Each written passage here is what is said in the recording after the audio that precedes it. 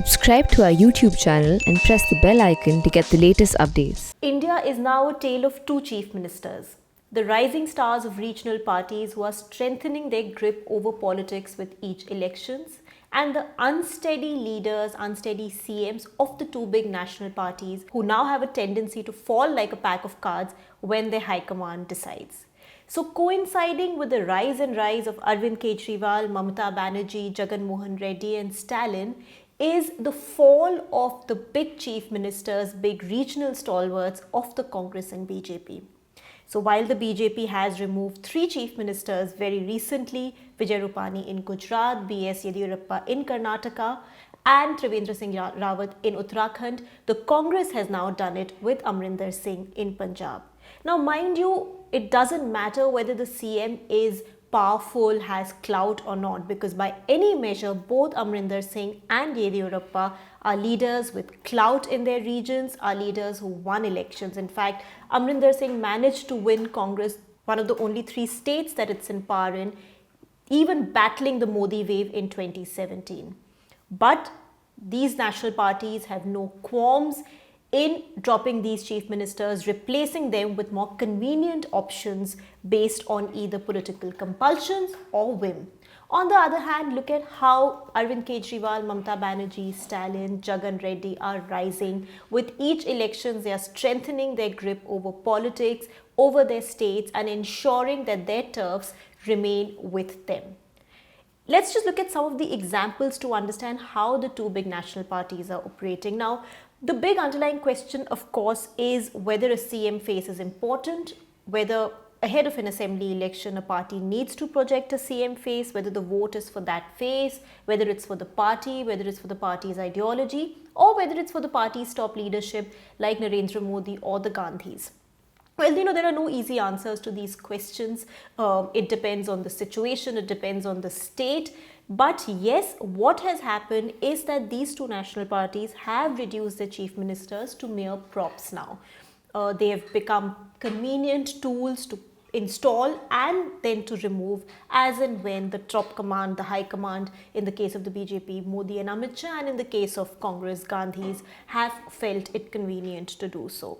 Just look at the latest instance of Amrinder Singh being removed. As I said, he managed to win the Congress, one of the only three states it's in power in. He's a strong leader. While the Congress has always had a very high command culture where everybody really is secondary to the Gandhis, this situation is quite something else. When you yourself can't win votes and when you have barely any leaders who are winning you elections, to remove a CM like that is a different situation altogether. On the other hand, if you look at the BJP, yes, Trivendra Singh Rawat and Vijay Rupani are fairly lightweight politically, but Yediyurappa was not. So it's a mix of how the parties approach the CMs. Doesn't matter whether the CMs are powerful or not, as I said. Now, look at other BJP CMs. Shivraj Singh Chauhan owes his being in power in this term to the BJP top command. We know how Jyotiraditya Scindia was pulled away from the Congress, joined the party, and then the BJP top command decided that Shivraj Singh Chauhan can become CM. So he's pretty much towing the party line. He's pretty much towing the line of the high command. As will Bommai in Karnataka, because at the end of the day, he was handpicked by the high command to become CM and replace Yediyurappa. In the Congress, Ashok Gehlot and Bhupesh Baghel are spending some anxious moments sitting at the edge of the seats. Now that they know that Punjab has been sorted, they are worried whether the High Command will now train its guns on them. And really there is no clarity for them because they are in the middle of a very, very bitter power struggle with their rivals within the party in the state. And how can they be comfortable when a chief minister who won an election, he was a face of the election and he won an election, could be removed? Who are these two chief ministers who were picked after the election was won amid a bitter power struggle? Again, coming back to the BJP, who are the comfortable chief ministers right now? Yogi Adityanath and Himanta Biswa Sarma, I've argued this in the past, are perhaps the strongest BJP chief ministers now. But don't forget that Yogi Adityanath has an election coming next year and we don't know whether he will win that, how he will do in that election. That's really going to determine his fate and his clout in the party. And Assam's Himanta Biswa Sarma shouldn't feel too confident himself, although at this time he might seem like he's in control. But he cannot forget that his predecessor, Sarbananda Sonowal, was not given a second term as CM despite the BJP winning the election in Assam with Sonowal as the CM. So really, all of this shows how both the national parties are using their CMs at their women fancy, and all these CMs have become weak, have become props, never mind if they are regional stalwarts. Contrast this with regional stars. Mamata Banerjee is punching much above her weight, and fairly successfully at that, given that she's just limited to one state.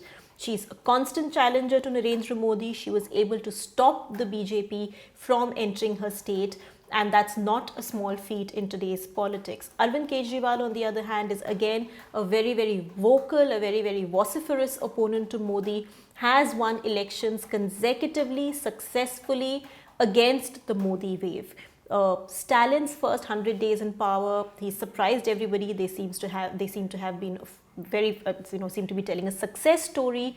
Look at Jagan Mohan Reddy. He's quite an incredible politician, a regional politician. If you look at the recent local body polls in Andhra, you'll see the results and you'll know how Jagan is reinforcing constantly that he is a power to reckon with. So this difference is very glaring.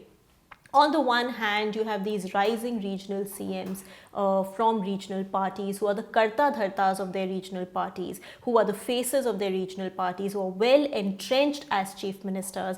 And on the other hand, you have these weakening chief ministers of the two national parties, that is the Congress and the BJP. So going forward, if this continues to remain the trend, it won't take very long before all these chief ministers like the Kejriwals and Mamata Banerjees completely overtake the CMs of Congress and BJP in national stature, in becoming more famous nationally, and in punching above their weight. For more, you can log on to our website, theprint.in, to read my column Politics.